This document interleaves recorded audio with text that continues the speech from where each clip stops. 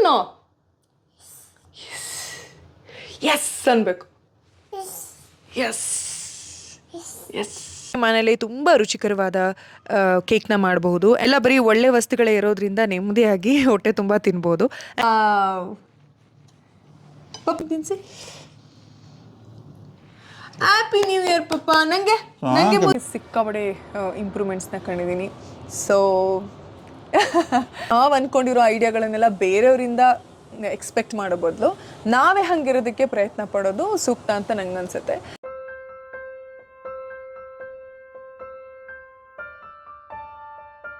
ಎಲ್ರಿಗೂ ನಮಸ್ಕಾರ.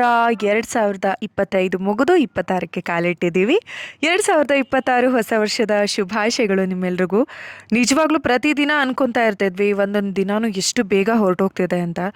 ಆದರೆ 2025 ವರ್ಷನೇ ಮುಗಿದೋಯ್ತು, 26ಕ್ಕೆ ಕಾಲಿಟ್ಟಿದ್ದೀವಿ. ಬಟ್ ನಾವೆಲ್ಲರೂ ಆ ದೇವರಿಗೆ 25ರಲ್ಲಿ ಸುಮಾರು ವಿಷಯಗಳನ್ನು ನಾವು ಎದುರಿಸಿದ್ದೀವಿ, ಸುಮಾರು ಕಷ್ಟಗಳನ್ನು ದಾಟಿದ್ದೀವಿ, ಸುಮಾರು ಸಂತೋಷವನ್ನು ನೋಡಿದ್ದೀವಿ, ಸುಮಾರು ಜನರನ್ನ ಕಳ್ಕೊಂಡಿರ್ತೀವಿ, ನಮ್ಮ ಪ್ರೀತಿ ಪಾತ್ರನ ಕಳ್ಕೊಂಡಿರ್ತೀವಿ. ಇದೆಲ್ಲದನ್ನು ಎದುರಿಸುವಂಥ ಶಕ್ತಿ, ಸ್ಥೈರ್ಯ, ಧೈರ್ಯನ ಕೊಟ್ಟು 2026ಕ್ಕೆ ನಾವು ಇನ್ನೂ ಉಸಿರಾಡ್ತಾ ಇದ್ದೀವಿ ಅಂದರೆ ನಾವೆಲ್ಲರೂ ಕೂಡ ಆ ದೇವರಿಗೆ ಕೃತಜ್ಞರಾಗಿರಬೇಕು. ಆ ಗ್ರ್ಯಾಟಿಟ್ಯೂಡ್ನ ಮನಸ್ಸಲ್ಲಿ ಸದಾ ಇಟ್ಕೊಂಡಿರಬೇಕು ಅನ್ನೋದು ನನ್ನ ಅನಿಸಿಕೆ.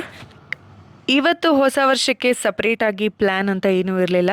ಆದರೆ ಮನೇಲೇ ಕೇಕ್ ಏನಾದರೂ ಬೇಕ್ ಮಾಡೋಣ ಅಂತ ಅಂದ್ಕೊಂಡೆ. ಬಟ್ ಈ ವರ್ಷ ಸುಮಾರು ವಿಷಯಗಳನ್ನು ತಲೆಯಲ್ಲಿ ತುಂಬಾ ಸೀರಿಯಸ್ ಆಗಿ ತೊಗೊಂಡಿದ್ದೀನಿ. ಕೆಲವೊಂದು ವಿಷಯಗಳನ್ನು, ಕೆಲವೊಂದು ಕಲಿಕೆಗಳನ್ನು ನಡೆಸಲೇಬೇಕು ಅಂತ. ಎಸ್, ಜೇನುದು ಊಟ ಆಯಿತು. ಚಾಕ್ಲೇಟ್ಗೆ ನಾನು ಯೂಶಲಿ ಈ ರೀತಿ ತರಕಾರಿಗಳನ್ನು ಗ್ರೇಟ್ ಮಾಡಿ ಸ್ವಲ್ಪ ಅನ್ನ ಸೇರಿಸಿ ಅದನ್ನು ಬೇಯಿಸ್ತೀನಿ. ಅದಾದಮೇಲೆ ಒಂದು ಅರ್ಧ ಮೊಟ್ಟೆ ಅಥವಾ ಒಂದು ಬಾಯ್ಲ್ಡ್ ಮೊಟ್ಟೆ ಸೇರಿಸ್ಬಿಟ್ಟು ಚಾಕ್ಲೇಟ್ಗೆ ಊಟಕ್ಕೆ ಹಾಕ್ತೀನಿ. ಸೊ ಜೇನುಗೆ ಈ ಬ್ಲೂಬೆರೀಸ್ ಇದು ಹೊಸ ಆಸೆ, ಹೊಸ ಫೇವ್ರೇಟ್ ಅಂತ ಹೇಳ್ಬೋದು. ಸಿಕ್ಕಾಪಟ್ಟೆ ಬ್ಲೂಬೆರಿ ಇಷ್ಟಪಟ್ಟು ತಿನ್ನೋದಕ್ಕೆ ಶುರು ಮಾಡಿದ್ದಾರೆ. ಹ್ಯಾಪಿ ವಾಟ್ ಮಗಳೇ? ಸಮ್ಮೋರ್ ಇನ್ನು ಬೇಕು. ಇನ್ನು ನಿಮ್ಮೆಲ್ಲರ ಬದುಕಲ್ಲೂ ಕೂಡ 2025ರಲ್ಲೂ ಸುಮಾರು ವಿಷಯಗಳು ನಡೀತಿರುತ್ತೆ, ಘಟನೆಗಳು ನಡೀತಿರುತ್ತೆ. ನಿಮಗೇನಾದರೂ ಯಾವುದಾದ್ರೂ ಬೇರೆಯವ್ರಿಗೆ ಸಹಾಯ ಆಗುವಂಥದ್ದು, ಉಪಯೋಗವಾಗುವಂಥದ್ದು ವಿಷಯ ಇದ್ದು ಅಥವಾ ಕಲಿಕೆ ಇದ್ದು ಅದನ್ನು ಹಂಚ್ಕೋಬೇಕು ಅಂತ ಅನಿಸಿದ್ರೆ, ನೀವೇನಾದರೂ 2025ರಲ್ಲಿ ಬದಲಾವಣೆ ಮಾಡಿಕೊಂಡಿದ್ದು ನಿಮಗೆ ವರ್ಕ್ ಆಗಿದ್ರೆ ದಯವಿಟ್ಟು ಕಾಮೆಂಟ್ ಸೆಕ್ಷನಲ್ಲಿ ತಿಳಿಸಿ. ಯಾವುದಾದ್ರೂ ಒಂದು ಒಳ್ಳೆ ಕೋಟ್ ಇದ್ದರೆ ಅದನ್ನು ಕೂಡ ದಯವಿಟ್ಟು ಕಾಮೆಂಟ್ ಸೆಕ್ಷನಲ್ಲಿ ತಿಳಿಸಿ. ಅದು ಬೇರೆಯವ್ರಿಗೆ ಸಹಾಯ ಆಗುತ್ತೆ. ಯೂಶಲಿ ಕಾಮೆಂಟ್ ಸೆಕ್ಷನಲ್ಲಿ ಯಾವುದೋ ಉಪಯೋಗಕ್ಕೆ ಬರದೇ ಇರುವಂಥ ಕಾಮೆಂಟ್ ಹಾಕೋ ಬದಲು ಒಳ್ಳೆಯ ಸಂದೇಶ ಇರುವಂಥದ್ದು ಅಥವಾ ಪಾಸಿಟಿವ್ ಕಾಮೆಂಟ್ಗಳನ್ನು ನೋಡಿದಾಗ ಉಳಿದಿರೋರ್ಗೂ ಕೂಡ ಸ್ಫೂರ್ತಿ ಆಗುತ್ತೆ. ಎಲ್ಲೋ ಒಂದು ಕಡೆ ಯಾವುದೋ ಒಂದು ಸಣ್ಣ ವಿಷಯ ಬದಲಾಗುತ್ತೆ. ಬಿಕಾಸ್ ನನಗೂ ಕೂಡ ಆ ಥರ ಬದಲಾವಣೆಗಳು ಸಿಕ್ಕಾಪಟ್ಟೆ ಸಲಿಯಾಗಿದೆ.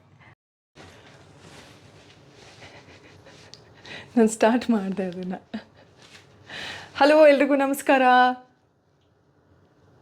ಎಲ್ರಿಗೂ ನಮಸ್ತೆ. ಹೆಂಗೆ ಮಾಡೋದು? ಹ್ಯಾಪಿ ನ್ಯೂ ಇಯರ್ ಹೇಳಿ.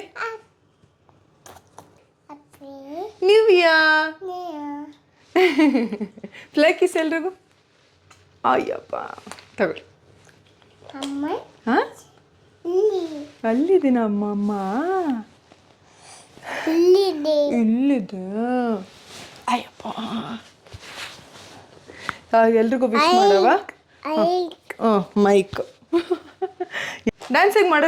ಡ್ಯಾನ್ಸಿಂಗ್ ಮಾಡೋದು ನೀವು. ಇಳಿತೀರಾ ಕೆಳಗಡೆ?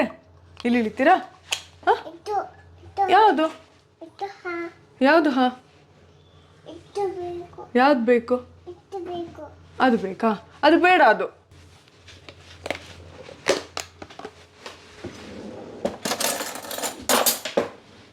ಕ್ಲೋಸ್ ಮಾಡೋಣ. ಮುಂದೆ ಬನ್ನಿ. ಓಕೆ, ಇದು ಆ್ಯಕ್ಚುಲಿ ಜೇನುಗಂತ ಮಾಡಿರೋ ಮನೇಲೆ ಮಿಲ್ಕ್ ಮಿಕ್ಸು. ಇದ್ರ ರೆಸಿಪಿ ನಾನು ಖಂಡಿತವಾಗ್ಲೂ ಶೇರ್ ಮಾಡ್ತೀನಿ. ಬಿಕಾಸ್ ತುಂಬ ಚೆನ್ನಾಗಿ ಅನ್ನಿಸ್ತಾ ಇದೆ. ಆಲ್ಮೋಸ್ಟ್ ಇದು 4ನೇದೋ 5ನೇ ಸಲ ನಾನು ಮಾಡಿರೋದು. You like it? ಅಂದರೆ ಕೆಳಗಿಳಿತೀರಾ ನೀವು? ಸಾಕು, ನಾನು ಅಲ್ಲಿ ವಿಡಿಯೋ ಮಾಡಬೇಕು. ಹಾಂ, ಬನ್ನಿ ಕೆಳಗಿಳಿರಿ. ಬನ್ನಿ, ಕೇಕ್ ಮಾಡೋಣ. ವಾಟ್? ಅದೇ ಕೇಕ್ ತಿನ್ನೋದಲ್ಲ, ಕೇಕ್ ಪ್ರಿಪೇರ್ ಮಾಡೋಣ. ಎಸ್? ಹಾಂ, ಎಸ್ ಆರ್ ನೋ? ಎಸ್ ಅನ್ಬೇಕು. Yes yes. ಹಲೋ, ಎಲ್ಲರೂ ಹೇಗಿದ್ರ? ಎಲ್ಲರೂ ಸೂಪರ್ ಆಗಿದ್ರ ಅನ್ಕೊಂಡಿದ್ದೀನಿ. ಬೆಳಗಿಂದ ನೋಡ್ತಾ ಇದ್ರೆ ಆ್ಯಸ್ ಯೂಶುವಲ್ ಇವತ್ತಿನ ನ್ಯೂ ಇಯರ್ ಹಾಗೆ ಸಾಕ್ತಾರೆ. ಅಂದರೆ ಪ್ರತಿದಿನ ಹೇಗಿತ್ತು ಹಾಗೇನೆ. ಆದರೂ ಒಂದು ರೀತಿ ಖುಷಿನೂ ಇದೆ, ಒಂದು ರೀತಿ ಬೇಸರ ಅಂತಲ್ಲ, ಮುದ್ದು ಒಂಥರ ಮಿಕ್ಸ್ಡ್ ಎಮೋಷನ್ಸ್ ಅಂತ ಹೇಳ್ಬೋದು. 2025 ರಪ್ ಅಂತ ಹೋಯಿತು, 2026 ಬಂದೇ ಬಿಡ್ತು. ಅಫ್ಕೋರ್ಸ್ ನಾನು ಸ್ವಲ್ಪ ದಿನ ಗಾಯಬ್ ಥರ ಆಗೋಗ್ಬಿಟ್ಟಿದ್ದೆ. ಯಾಕೆ ಏನೋ ಅನ್ನೋದ್ರ ಬಗ್ಗೆನೂ ಮಾಹಿತಿ ಹೇಳ್ತೀನಿ. ಆ್ಯಂಡ್ 2025ಕ್ಕೆ ನಾನು ಕಲ್ತಂಥದ್ದು ಕೆಲವೊಂದು ವಿಷಯಗಳನ್ನು ಕೂಡ ನಿಮ್ಮೊಟ್ಟಿಗೆ ಶೇರ್ ಮಾಡ್ತೀನಿ. ಸರಿ ಇರ್ಬೋದು, ತಪ್ಪಿರ್ಬೋದು. ಆ್ಯಂಡ್ 2026ಕ್ಕೆ ಏನೇನೆಲ್ಲ ಮಾಡಬೇಕು ಅಂದ್ಕೊಂಡಿದ್ದೀನಿ ಅದನ್ನು ಕೂಡ ನಿಮ್ಮೊಟ್ಟಿಗೆ ಶೇರ್ ಮಾಡ್ತೀನಿ. ಅದಕ್ಕಿಂತ ಮುಂಚೆ ಇವತ್ತು ಮನೇಲೇ ಕೇಕ್ ಪ್ರಿಪೇರ್ ಮಾಡ್ತಾ ಇದ್ದೀವಿ. ಸೊ ಅದನ್ನು ಮುಗಿಸ್ಬಿಟ್ಟು ಅದಾದಮೇಲೆ ನಿಮ್ಮೊಟ್ಟಿಗೆ ಮುಕ್ತವಾಗಿ ಕೆಲವೊಂದು ವಿಷಯಗಳನ್ನು ಹಂಚ್ಕೋತೀನಿ. ಮೊದಲು ಫಟಾಫಟ್ ಅಂತ ಈಸಿಯಾಗಿ ಹೆಲ್ದಿ ಕೇಕ್ನ ಮಾಡಿಬಿಡೋಣ. ಏನವು ಹಾವು? ಇವತ್ತಿನ ಹೆಲ್ದಿ ಕೇಕ್ ಮಾಡೋದಕ್ಕೆ ನಾನು ಮೊದಲು ಮಿಕ್ಸಿ ಜಾರ್ನ ತೊಗೊಂಡಿದ್ದೀನಿ. ಅದಕ್ಕೆ 1-2 ಕಪ್ಪಷ್ಟು ಓಟ್ಸ್ ಹಾಕ್ಕೊಂಡಿದ್ದೀನಿ. ಅದೇ ಪ್ರಮಾಣದಲ್ಲಿ ನಾನು ಆಮಂಡ್ ಅಂದರೆ ಬಾದಾಮಿ ಕೂಡ ಬಳಸ್ಕೊಂಡೆ.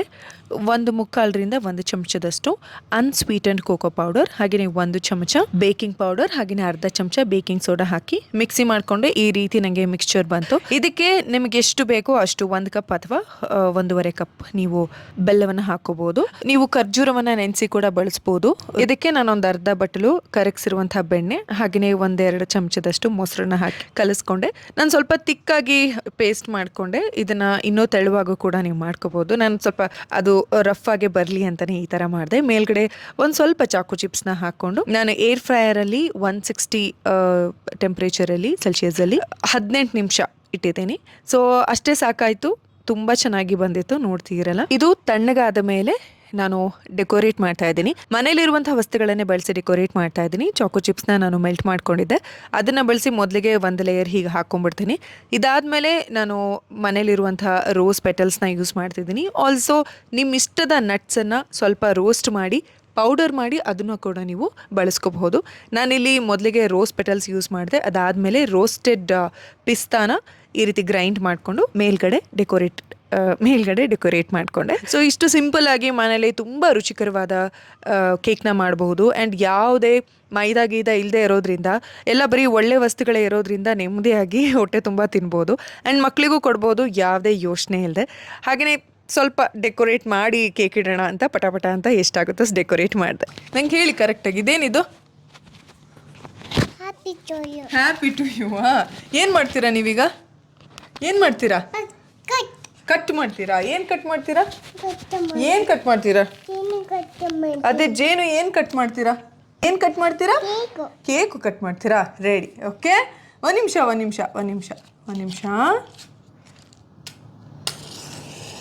Happy new year.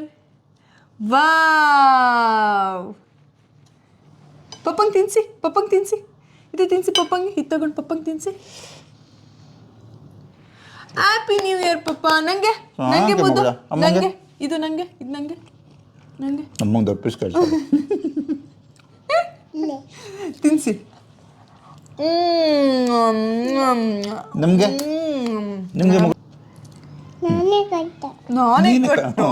ನೀನೇ ಕಟ್ಟು. ಅಯ್ಯೋ, ಕಟ್ಟಲ್ಲ, ಅದು ಕಿಟ್ಟು ಆಗೋಯ್ತು.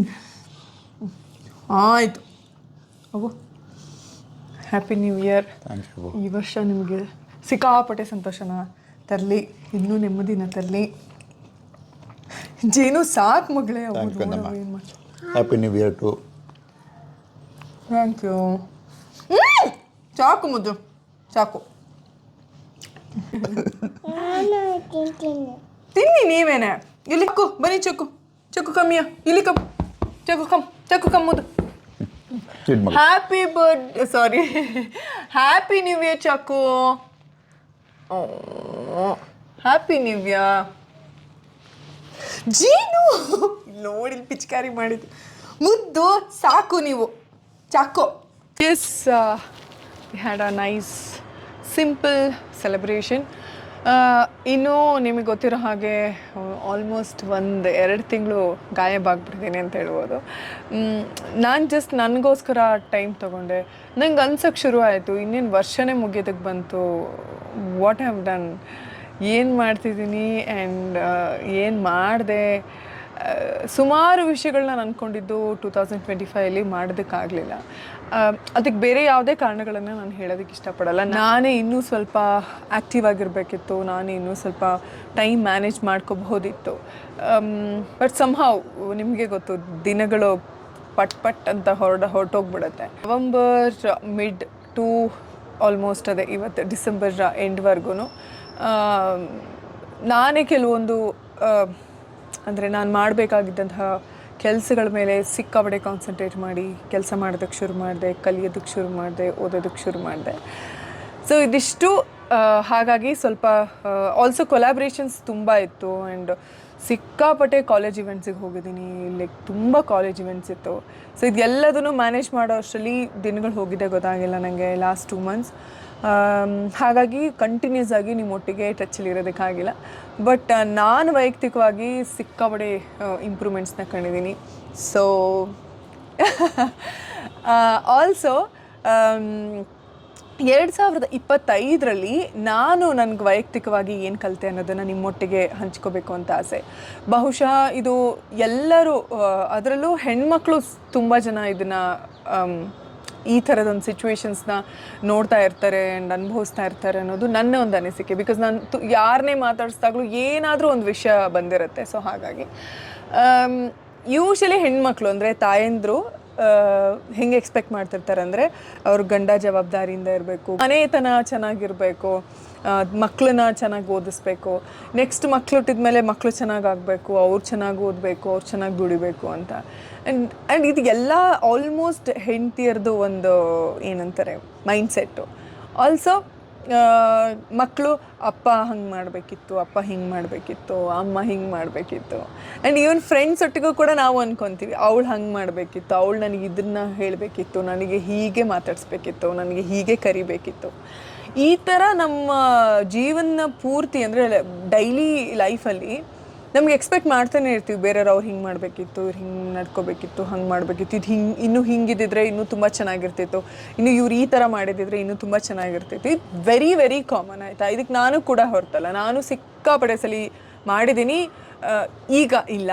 ಅದನ್ನೇ ನಾನು ಹೇಳೋದಕ್ಕೆ ಹೊರಟಿದ್ದು. 2025ರಲ್ಲಿ ನನ್ನಲ್ಲಿ ನಾನು ಮಾಡ್ಕೊಂಡಂತಹ ದೊಡ್ಡ ಬದಲಾವಣೆ ಅಂದರೆ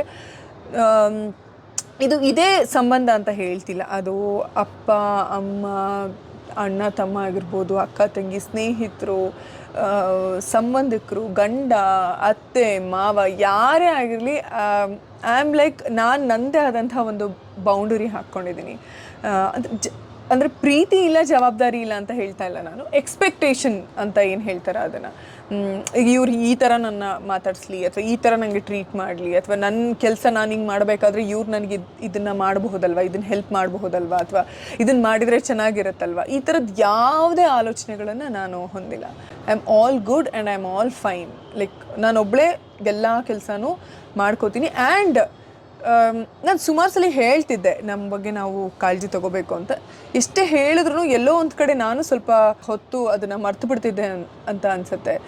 ಬಹುಶಃ ಈಗ ಹೊಸದಾಗಿ ತಾಯಂದ್ರಿಗೆಲ್ಲರೂ ಕೂಡ ಇದನ್ನು ಅನುಭವಿಸ್ತಾ ಇರ್ತಾರೆ. ಎಲ್ಲೋ ಒಂದು ಕಡೆ ಸ್ಟ್ರೈನ್ ಅಂತ ಅನಿಸ್ಬಿಡುತ್ತೆ. ಬೆಳಗ್ಗೆ ಎದ್ದು ತಿಂಡಿ ತಿನ್ನಿಸೋದು, ಊಟ ಮಾಡಿಸೋದು, ಅಥವಾ ಒಂದೆರಡು ರೌಂಡ್ ಓಡಿಸೋದು, ಅಷ್ಟರಲ್ಲೇ ಒಂಥರ ಫ್ಯೂಯಲ್ ಖಾಲಿ ಆದಂಗೆ ಆಗ್ಬಿಡುತ್ತೆ. ಎಲ್ಲೋ ಒಂದು ಕಡೆ ಎಕ್ಸಸೈಸ್ ತುಂಬ ಆನ್ ಆ್ಯಂಡ್ ಆಫ್ ಮಾಡ್ತಾಯಿದ್ದೆ. ಆ್ಯಂಡ್ ಒಬ್ಬೊಬ್ಬರು ಬಾಡಿ ಪ್ರಕೃತಿ ಒಂದೊಂದು ಥರ. ನಂದು ತುಂಬ ಹೈಪರ್ ಇದು ಅಂತ ಅನಿಸುತ್ತೆ ನನಗೆ ಎನರ್ಜಿ ವೇಸ್ಟ್ ಆಗಬೇಕು ಅಂತ ಅನಿಸುತ್ತೆ. ಅಂದರೆ ನಂದು ಈಗ ಚಿಕ್ಕ ಮಕ್ಕಳು ತುಂಬ ಹೈಪರ್ ಇರೋರಿಗೆ ಎನರ್ಜಿ ಡ್ರೈನ್ ಮಾಡಿಬಿಟ್ಟು ಮನೆ ಕರ್ಕೊಂಡೋಗಿ ಹಾಲು ಕುಡಿಸಿ ಮಲಗಿಸ್ಬಿಡ್ತಾರಲ್ಲ, ಹಾಗೆ ನಂಗೆ ಸಿಕ್ಕಾಪಟ್ಟೆ ಅನ್ನಿಸ್ತಾ ಇತ್ತು ನನಗೇನು ಏನು ಅಂತ. ಅದೊಂಥರ ತುಂಬ ಇಕ್ಕಟ್ಟಿನ ಪರಿಸ್ಥಿತಿ, ಹಾಗೂ ಇಲ್ಲ ಹಿಂಗೂ ಇಲ್ಲ ಅನ್ನೋ ಥರ. ಹಾಗಾಗಿ ನಾನು ತುಂಬ ಕಟ್ಟುನಿಟ್ಟಾದ ನನ್ನ ದೇಹಕ್ಕೆ, ನನ್ನ ಆರೋಗ್ಯಕ್ಕೆ ಹೆಲ್ಪ್ ಮಾಡುವಂಥ ವಿಷಯಗಳನ್ನು ಆರಂಭ ಮಾಡಿದೆ. ಅದು ಪ್ರಾಪರ್ ಎಕ್ಸಸೈಸ್ ಇರ್ಬೋದು, ಪ್ರಾಪರ್ ವಾಕ್ ಇರ್ಬೋದು, ಅದು ಎಲ್ಲದೂ ನಾನು ನೀಟಾಗಿ ಸ್ಕೆಡ್ಯೂಲ್ ಮಾಡಿಕೊಂಡು ಆಲ್ಮೋಸ್ಟ್ ಅದೇ ನವಂಬರ್ ತಿಂಗಳಿಂದ ಅಂತ ಏನು ಹೇಳ್ತೀನಿ ಅಲ್ಲಿಂದ ತುಂಬಾ ಕಟ್ಟುನಿಟ್ಟಾಗಿ ಮಾಡ್ತಾ ಬಂದಿದ್ದೀನಿ. ಅದು ನನಗೆ ಬರೀ ದೈಹಿಕವಾಗಿ ಅಷ್ಟೇ ಅಲ್ಲ, ಮಾನಸಿಕವಾಗಿ ಕೂಡ ಸಿಕ್ಕಾಪಟ್ಟೆ ನನಗೆ ಸಹಾಯ ಮಾಡಿದೆ. ಆ್ಯಂಡ್ 4 ಪುಸ್ತಕಗಳನ್ನು ಓದಿದ್ದೀನಿ. ನನಗೆ ತುಂಬ ತುಂಬ ತುಂಬ ತುಂಬ ಒಂಥರ ಖುಷಿ ಕೊಟ್ಟಂಥದ್ದು. ಆ್ಯಂಡ್ ಎಲ್ಲದನ್ನು ನೋಟ್ ಮಾಡಿ ಕೂಡ ಇಟ್ಕೊಂಡಿದ್ದೀನಿ. ಸೊ ನಾನು ಅದನ್ನು ಕಲ್ತಿದ್ದೀನಿ ಈ ವರ್ಷದಲ್ಲಿ. ಅಂದರೆ ಬೇರೆಯವರಿಂದ ಯಾವುದೂ ಅವ್ರು ಹಿಂಗೆ ಮಾಡಬೇಕಿತ್ತು, ಅವರು ಅದನ್ನ ಹೇಳಬಾರ್ದಾಗಿತ್ತು, ಅವ್ರು ಇದನ್ನು ಮಾಡಬಾರ್ದಾಗಿತ್ತು, ಅವ್ರು ಅರ್ನ್ ಮಾಡಿದ್ರೆ ಚೆನ್ನಾಗಿರುತ್ತೆ, ಅವ್ರು ಓದಿದ್ರೆ ಚೆನ್ನಾಗಿರುತ್ತೆ, ಅವ್ರು ಜಿಮ್ಗೆ ಹೋದ್ರೆ ಚೆನ್ನಾಗಿರುತ್ತೆ, ಅವ್ರು ಸ್ಪೋರ್ಟ್ಸಲ್ಲಿ ಇದ್ದರೆ ಚೆನ್ನಾಗಿರುತ್ತೆ, ಅವ್ರು ಇನ್ನೊಂದೇನೋ ಮಾಡಿದ್ರೆ ಚೆನ್ನಾಗಿರುತ್ತೆ ಅಂತ ಕಾನ್ಸ್ಟೆಂಟಾಗಿ ಬೇರೆಯವರಿಂದ ನಾವು ಅಂದ್ಕೊಂಡಿರೋ ಐಡಿಯಾಗಳನ್ನೆಲ್ಲ ಬೇರೆಯವರಿಂದ ಎಕ್ಸ್ಪೆಕ್ಟ್ ಮಾಡೋ ಬದಲು ನಾವೇ ಹಂಗಿರೋದಕ್ಕೆ ಪ್ರಯತ್ನ ಪಡೋದು ಸೂಕ್ತ ಅಂತ ನಂಗೆ ಅನಿಸುತ್ತೆ. ಆ್ಯಂಡ್ ಯೂಶಲಿ ನಾವು ಒಳ್ಳೆ ವಿಷಯಗಳನ್ನು ಶುರು ಮಾಡಿದಾಗ ಸುತ್ತಮುತ್ತಲಿನ ವಾತಾವರಣ ಕೂಡ ಅಷ್ಟೇ ಸುಂದರವಾಗಿ ಆಗುತ್ತೆ, ಅಷ್ಟೇ ಏನಂತಾರೆ ಚಾಲೂ ಆಗುತ್ತೆ. ಸೊ ಎಸ್, ಇದು ಒಂದು. ಇನ್ನು ಇದು ಸುಮಾರು ಮನೇಲಿರೋಂಥ ಇದು ಸುಮಾರು ಹೆಣ್ಮಕ್ಳಿಗೆ ಅನುಭವ ಆಗಿರುತ್ತೆ. ಅದರಲ್ಲೂ ತಾಯಂದ್ರಿಗೆ ಅವ್ರು ಏನಾದರೂ ಮಕ್ಕಳಿಗೆ ಹಾಗೆ ಮಾಡಬೇಡಿ, ಹೀಗೆ ಮಾಡಬೇಡಿ, ಅಥವಾ ಅದನ್ನು ಮಾಡಿ ಇದನ್ನು ಮಾಡಿ ಅಂದ ತಕ್ಷಣ ಪಟ ಪಟ ಪಟ ಪಟ ಅಂತ ಒಂಥರ ತುಂಬ ಕೆಟ್ಟ ರಿಯಾಕ್ಷನ್ಸೇ ಬಂದಿರುತ್ತೆ. ಯಾರು ಹೌದಾ ಅಮ್ಮ, ಹಂಗೆ ಮಾಡೋಣ, ಸರಿ ಅಮ್ಮ, ಆಯಿತು, ಕರೆಕ್ಟ್ ಅಮ್ಮ ನೀನು ಹೇಳೋದು ಅಂತ ಮೋಸ್ಟ್ ಆಫ್ ಅಸ್ ನಾವು ಯಾರೂ ಹೇಳಿರೋದಿಲ್ಲ. ಅಂದರೆ ನಾನು ನನ್ನ ಕಾಲೇಜ್ ಡೇಸ್ನ ಹೇಳ್ತಾ ಇದ್ದೀನಿ. ಮೋಸ್ಟ್ ಆಫ್ ಅಸ್ ನಾವು ಹೇಳೋದೇ ಇಲ್ಲ, ಲೈಕ್ ಪಟ ಪಟ ಅಂತ ಹೇಳ್ಬಿಡ್ತೀವಿ. ಬಟ್ ನಾನು ರಿಕ್ವೆಸ್ಟ್ ಮಾಡ್ಕೋತೀನಿ, 1 ಸೆಕೆಂಡ್ ಯಾರೇ ಏನೇ ಹೇಳಿದ್ರು ಯೋಚನೆ ಮಾಡಿ ಅದನ್ನು ನೀವು ಮಾಡ್ತಿರೋ ಅಥವಾ ಮಾಡೋದಿಲ್ವೋ, ಅವರು ಕೊಟ್ಟಂಥ ಸಜೆಷನ್ನ ನೀವು ತೊಗೊಳ್ಳೋದಿಲ್ವೋ, that is secondary. But at least listen. ಅವ್ರು ಏನು ಹೇಳ್ತಿದ್ದಾರೆ, ಅವ್ರು ಯಾರಿಗೋಸ್ಕರ ಹೇಳ್ತಿದ್ದಾರೆ, ಅದರಿಂದ ಯಾರಿಗೆ ಲಾಭ ಇದೆ ಅನ್ನೋದನ್ನ 1 ಸೆಕೆಂಡ್ ಯೋಚನೆ ಮಾಡಿ ಲಿಸನ್. ಇದು ಕೇಳಿಸ್ಕೊಳ್ದೇ ಇರೋರಿಗೆ. ಇನ್ನು ಹೇಳೋರಿಗೆ, ಈಗ ತಾಯಂದ್ರಾಯ್ತು ಅಥವಾ ಯಾರೇ ಆಯಿತು, ಅದು ಹುಡುಗನೋ ಹುಡುಗಿನೋ ಅಥವಾ ಅಪ್ಪನೋ ಅಮ್ಮನೋ ಫ್ರೆಂಡ್ಸ್ ಯಾರೇ ಆಯಿತು, ಯಾರಿಗಾದ್ರೂ ಒಳ್ಳೇದು ಹೇಳ್ತಿದ್ದೀರಾ ಅಂದರೆ ಒಂದ್ಸಲಿ ತುಂಬ ಒಳ್ಳೆ ಮನಸ್ಸಿಂದ ನೀವೇನು ಹೇಳ್ತೀರಾ ಒಂದ್ಸಲಿ ಹೇಳಿ. ಓಕೆ, ನಿಮ್ಗೆ ಸಮಾಧಾನ ಆಗಿಲ್ಲ 2 ಸಲ ಹೇಳಿ, ಬಟ್ ಸ್ಟಾಪ್ ಅಷ್ಟೇ. 3ನೇ ಸಲ ದಯವಿಟ್ಟು ಹೇಳೋದಕ್ಕೆ ಹೋಗ್ಬೇಡಿ. ಅವ್ರಿಗೆ ನೀವೇನೇನು ಒಳ್ಳೇದನ್ನು ಹೇಳ್ತಿದ್ದೀರೋ ಅದನ್ನು ನೀವೇ ರೂಢಿ ಮಾಡ್ಕೊಳ್ಳಿ. ಲೈಕ್ ಈಗ ತಾಯಂದ್ರು ಮಕ್ಕಳಿಗೇನಾದರೂ ಎಕ್ಸಸೈಸ್ ಮಾಡು ಅಥವಾ ಚೆನ್ನಾಗಿ ಊಟ ಮಾಡು ಅಥವಾ ಇನ್ನೊಂದೇನೋ ಹೇಳ್ತಿದ್ದೀರಾ ಅಂದರೆ ನೀವು ಅವ್ರಿಗೆ 2 ಸಲ ಹೇಳಿ, ಸಾಕು, ಮುಗೀತು. ನೀವು ಅದನ್ನು ಮಾಡಿ. ನಿಮಗೆ ಅಟ್ಲೀಸ್ಟ್ ದಿನಕ್ಕೆ ಒಂದು ಅರ್ಧ ಗಂಟೆ ನಿಮಗೋಸ್ಕರ ನೀವು ಬೇರೆ ಏನೋ, ಈಗ ಟಿ ವಿ ನೋಡೋದು, ಮೊಬೈಲ್ ನೋಡೋದು, ಇನ್ನೇನೋ ಮಾಡೋದನ್ನ ಕಟ್ ಮಾಡಿ ನಿಮಗೋಸ್ಕರ ನೀವು ಆ ಅರ್ಧ ಗಂಟೆನ ನೀವು ಇನ್ವೆಸ್ಟ್ ಮಾಡಿಕೊಂಡು ನೀವು ನಿಮ್ಮ ಆರೋಗ್ಯನ, ಅಂದರೆ ನೀವು ಅವ್ರಿಗೇನು ಹೇಳ್ತಿದ್ದೀರೋ ಅದನ್ನು ದಯವಿಟ್ಟು you start doing it. Like ನೀವು ಅದನ್ನು ಎಕ್ಸಸೈಸ್ ಮಾಡಿ, ಅಥವಾ ನೀವೇನಾದರೂ ಚೆನ್ನಾಗಿ ಒಳ್ಳೆ ಹೆಲ್ದಿಯಾಗಿ ಮಾಡಿಕೊಂಡು ಜ್ಯೂಸ್ ಕುಡಿಯೋದು, ಅಥವಾ ನೀವು ಅದನ್ನು ಮಾಡಿ, ಅಥವಾ ನಿಮಗೇನಾದರೂ ಓದಬೇಕು, ನೀವು ಯಾವುದಾದ್ರೂ ಪುಸ್ತಕಗಳನ್ನು, ನಿಮ್ಮ ಅಭಿರುಚಿಗೆ ತಕ್ಕಂಥ ಪುಸ್ತಕಗಳನ್ನು ಓದಿ. ಸೊ ಅಟ್ಲೀಸ್ಟ್ ನೀವು ಇಂಪ್ರೂವ್ ಆಗ್ತೀರಾ. ಇದು ನನ್ನ ಒಂದು ಪುಟ್ಟ ಸಜೆಷನ್. ಐ ಥಿಂಕ್ ಇದು ಕೆಲವ್ರಿಗೆ ಖಂಡಿತವಾಗ್ಲೂ ಸಹಾಯ ಆಗುತ್ತೆ ಅಂತ ಭಾವಿಸ್ತೀನಿ. ಬಿಕಾಸ್ ವೈಯಕ್ತಿಕವಾಗಿ ಇದು ನನಗೆ ತುಂಬಾ ಸಹಾಯ ಆಗಿದೆ. ಇನ್ನು 2ನೇದು ಬಂದು, ಸುಮಾರು ಸಂಬಂಧಗಳಲ್ಲಾಯಿತು, ಕೆಲಸದಲ್ಲಾಯಿತು, ಒಂದೊಂದ್ಸಲಿ ಮೌನ ಅಂದರೆ silence is the best reaction and best solution remedy ಅಂತ ಹೇಳ್ಬೋದು. ಒಂದ್ಸಲಿ ಅನಿಸುತ್ತೆ ಯಾವುದೋ ಒಬ್ಬ ವ್ಯಕ್ತಿ ಅಥವಾ ಯಾವುದೋ ಒಂದು ಸಿಚುವೇಶನ್ ನಮಗೆ ಇಷ್ಟ ಇಲ್ಲ ಅನ್ನೋದಿರುತ್ತೆ. ಅಂಥ ಟೈಮಲ್ಲಿ ಸೈಲೆಂಟ್ ಆಗಿದ್ಬಿಡೋದು ತುಂಬ ಒಳ್ಳೆಯದು ಅನ್ನೋದನ್ನು ಕೂಡ ನಾನು ತುಂಬ ರಿಯಲೈಸ್ ಆದೆ. ಆ್ಯಂಡ್ ಸಿಕ್ಕಾಪಟ್ಟೆ ಸಿಚುವೇಶನ್ಸಲ್ಲಿ ನಂಗೆ ಅದು ಹೆಲ್ಪ್ ಮಾಡಿದೆ. ಮಾತಾಡೋದಕ್ಕಿಂತ ಮೌನವಾಗಿದ್ಬಿಡೋದು ತುಂಬ ಸಲ ಅದೊಂಥರ ನಾನು ಹೇಳಿದ್ನಲ್ಲ, ಅದು ರೆಮಿಡಿಯಾಗಿ ಕೆಲಸ ಮಾಡುತ್ತೆ ಅಂತ ಹೇಳ್ಬೋದು. ಸೊ 25ಅಲ್ಲಿ ಈ 2 ನನಗೆ ತುಂಬ ಆಳವಾಗಿ ಪರಿಣಾಮ ಬಿತ್ತು. ಆ್ಯಂಡ್ ನನಗೆ ಇವಾಗ ಯಾರೇನೇ ಹೇಳಿದ್ರು ಅಥವಾ ಯಾವ್ದು ವಿಷಯ ಹೀಗೆ ಟರ್ನ್ ಆದ್ರೂ I am like very silent, very calm, very composed. 1 second ಅನ್ಕೋತೀನಿ, very next second I am like done. Also ನಮ್ಮದೇ ಸಿಕ್ಕಾಪಟ್ಟೆ ವಿಷಯಗಳಿರೋದ್ರಿಂದ ಯಾವ ವಿಷಯಗಳಿಗೂ ತಲೆ ಕೆಡಿಸ್ಕೊಳ್ಳೋದಕ್ಕೆ ಟೈಮೇ ಇಲ್ಲದೆ ಇರೋ ಅಷ್ಟು ನಮ್ಮ ಒಂದು ಲೈಫ್ ಸ್ಟೈಲ್ನ ಮತ್ತು ನಮ್ಮ ದಿನಾನ ಅಷ್ಟು ಆಕ್ಯುಪೈಡ್ ಆಗಿ ಇರಿಸ್ಕೊಂಡ್ಬಿಡೋದು best solution, trust me. Because first of all ನಾವು 2025 ಪೂರ್ತಿ ಬದುಕಿದ್ದು, ಆರೋಗ್ಯ ಚೆನ್ನಾಗಿದ್ದು ಇದ್ದೀವಿ ಅನ್ನೋದೇ ಒಂದು ತುಂಬ ಖುಷಿ ಪಡುವಂಥ ವಿಷಯ. We should really be grateful to God. ಆ ಗ್ರ್ಯಾಟಿಟ್ಯೂಡ್ನ ಇಟ್ಕೊಂಡು 2026ನ ತುಂಬ ಸುಂದರವಾಗಿ ಕಲಿಯೋಣ. ಆ್ಯಂಡ್ ಅದೇ ನಾನು ತುಂಬ ಸಲ ಹೇಳ್ತಾ ಇರ್ತೀನಿ, ಈಗ ಒಂದು 10 ವರ್ಷದ ಅದಿತಿನ ನಾನೇ ನೆನೆಸ್ಕೊಂಡ್ರೆ ನಾನು ಹಂಗಿದ್ನಾ ಅಂತ ನನಗೆ ಅಂತ ಅನಿಸುತ್ತೆ. That's the beautiful part. ನನಗೆ ನನ್ನ ಬದುಕಿನ ಬಗ್ಗೆ ತುಂಬ ಖುಷಿಯಾಗೋದು. ತುಂಬ ಅಂದರೆ ವ್ಯಾಲ್ಯೂ ಆ್ಯಡ್ ಆಗಿದೆ ನನ್ನ ಬದುಕಲ್ಲಿ. ತುಂಬ ಮೆಂಟಲಿ ಸ್ಟ್ರಾಂಗ್ ಆಗಿದ್ದೀನಿ. ಆ್ಯಂಡ್ ಮಚ್ಯೂರಿಟಿ, ನಾನು ಅನ್ಕೋತೀನಿ ಮಚ್ಯೂರಿಟಿ ಲೆವೆಲ್ ಆಗಿರ್ಬೋದು, ಅಥವಾ ನಾನು ಯಾವುದೇ ಒಂದು ವಿಷಯನ, ಒಬ್ಬ ವ್ಯಕ್ತಿನ ನೋಡೋ ದೃಷ್ಟಿ ಆಗಿರ್ಬೋದು, ಲೈಕ್ ನಾನು ಯಾರನ್ನೂ ಜಡ್ಜ್ ಮಾಡೋದಕ್ಕೂ, ಅಂದರೆ ಸುಮಾರು ವಿಷಯಗಳು ನನಗೆ ಬದಲಾಗಿ ಹೋಗಿದೆ. ಆ ಥರ ಎವಾಲ್ವ್ ಆಗಬೇಕು, ಬೆಟರ್ ಪರ್ಸನ್ ಆಗಬೇಕು. ಸೊ 2025ಅಲ್ಲಿ I really become a better person. ಅದು ನನಗೆ ತುಂಬ ತೃಪ್ತಿ ಕೊಟ್ಟಂತಹ ವಿಷಯ. ಆಲ್ಸೋ ನಾನು ಕಲಿತಂಥ ಸುಮಾರು ವಿಷಯಗಳನ್ನು ಮತ್ತು ಕೆಲವೊಂದು ಕಲಿತಂತಹ ವಿದ್ಯೆಗಳನ್ನು 2026 ಕಂಟಿನ್ಯೂ ಮಾಡಬೇಕು ಆ್ಯಂಡ್ ಇನ್ನೂ ಹೆಚ್ಚು ಅದರಿಂದ ನಾನು ಒಳ್ಳೆಯದನ್ನ ಪಡ್ಕೋಬೇಕು ನನ್ನ ಬದುಕಲ್ಲಿ ಅಂದ್ಕೊಂಡಿದ್ದೀನಿ. ಈಗಂತೂ ಮಗಳಿದ್ದಾಳೆ, ನನ್ನನ್ನೇ ನೋಡ್ತಾ ಇರ್ತಾಳೆ. ಹಾಗಾಗಿ ನಾನು ಇನ್ನೂ ಹೆಚ್ಚೆಚ್ಚು ಕಲಿಬೇಕು ಅಂತ ಅನಿಸುತ್ತೆ. ಅದನ್ನು ಮಾಡು ಇದನ್ನು ಮಾಡು ಅಂತ ನಾನು ಅದನ್ನೇ ಹೇಳೋದಕ್ಕಿಂತ ನಾವೇ ಮಾಡಿದ್ರೆ ನಮ್ಮನ್ನು ನೋಡಿ ಆಟೋಮೆಟಿಕ್ಕಾಗಿ ಸುತ್ತಮುತ್ತಲಿರೋರು ಮಾಡ್ತಾರೆ. ಅದಕ್ಕೆ ಮಕ್ಕಳು ಕೂಡ ಹೊರತಲ್ಲ. ಎಸ್, ಇದಿಷ್ಟಾಗಿತ್ತು. ಇನ್ನು 2026 ನಾನು ಏನೇನು ಮಾಡಬೇಕು ಅಂದ್ಕೊಂಡಿದ್ದೀನಿ ಅನ್ನೋದನ್ನು ಹೇಳ್ತೀನಿ. 2025 ನಾನು ಅಂದ್ಕೊಂಡಿದ್ದೆ ಲೈಕ್ ಒಂದು 21 ಡೇಸ್ ಚಾಲೆಂಜ್ ತೊಗೋಬೇಕು ಆ್ಯಂಡ್ ಕೆಲವೊಂದು ಸ್ತೋತ್ರಗಳನ್ನು ಕಲಿಬೇಕು ಮತ್ತು ಪುಸ್ತಕಗಳನ್ನು ಓದಬೇಕು ಅಂತ. ಅದು ಆಲ್ಮೋಸ್ಟ್ ನಾನು ಮಾಡಿದ್ದೀನಿ. ಅಂದರೆ ಮಾಡೇ ಇಲ್ಲ ಅನ್ನೋ ಥರ ಏನಿಲ್ಲ, ಆಲ್ಮೋಸ್ಟ್ ಮಾಡಿದ್ದೀನಿ. ಇನ್ನೂ ಚೆನ್ನಾಗಿ ಮಾಡ್ಬೋದಿತ್ತು ಅನಿಸುತ್ತೆ.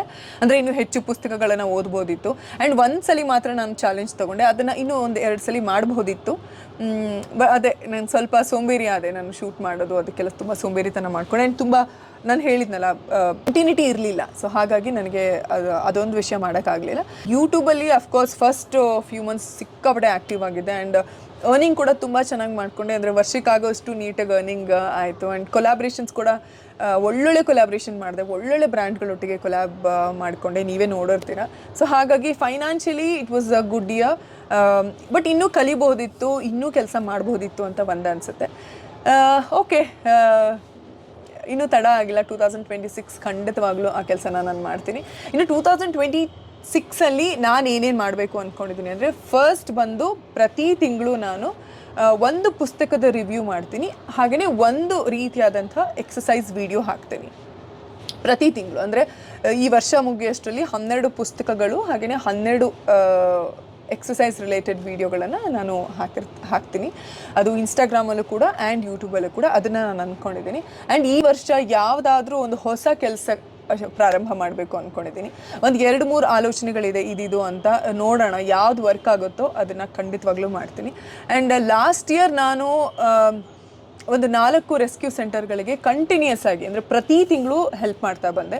ಬಟ್ ಈ ವರ್ಷದಿಂದ ನಾನು 5ರಿಂದ 6 ರೆಸ್ಕ್ಯೂ ಸೆಂಟರ್ಗಳಿಗೆ ಪ್ರತಿ ತಿಂಗಳು ಸಹಾಯ ಅನ್ನೋದಕ್ಕಿಂತ ನನ್ನ ಕರ್ತವ್ಯ, ನನ್ನ ಕೈಲಾದಷ್ಟು ನಾನು ಏನಾದರೂ ಸೇವೆ ಸಲ್ಲಿಸಬೇಕು ಅಂದ್ಕೊಂಡಿದ್ದೀನಿ. ಸೊ ಇದಿಷ್ಟು ನಾನು ಈ ವರ್ಷ ಅಂದ್ಕೊಂಡಿದ್ದೀನಿ. ಆ್ಯಂಡ್ ನನ್ನ ಮಗಳೊಟ್ಟಿಗೆ ಕೆಲವೊಂದು, ಅಂದರೆ ನೀವು ನೋಡಿರ್ತೀರ ಆಲ್ರೆಡಿ, ಜೊತೆಗೆ ಸ್ವಿಮ್ ಹೋಗ್ತೀವಿ, ಜೊತೆಗೆ ಶಾಪ್ ಮಾಡ್ತೀವಿ, ಜೊತೆಗೆ ಅಡುಗೆ ಮಾಡ್ತೀವಿ, ಈ ಥರ ಸುಮಾರು ವಿಷಯಗಳನ್ನ ಜೊತೆಗೆ ಮಾಡ್ತಿದ್ದೀವಿ. ಮಗಳೊಟ್ಟಿಗೆ ಇನ್ನೂ ನಾನು ಸಿಕ್ಕಾಪಟ್ಟೆ ಕಲಿಯೋದಿದೆ. ಆ್ಯಂಡ್ ಅವರು ಕೂಡ ಈ ಸುಂದರವಾದ ಮತ್ತು ಈ ಹೊಸ ಪ್ರಪಂಚನ ಇನ್ನೂ ಸಾಕಷ್ಟು ಎಕ್ಸ್ಪ್ಲೋರ್ ಮಾಡೋದಿದೆ.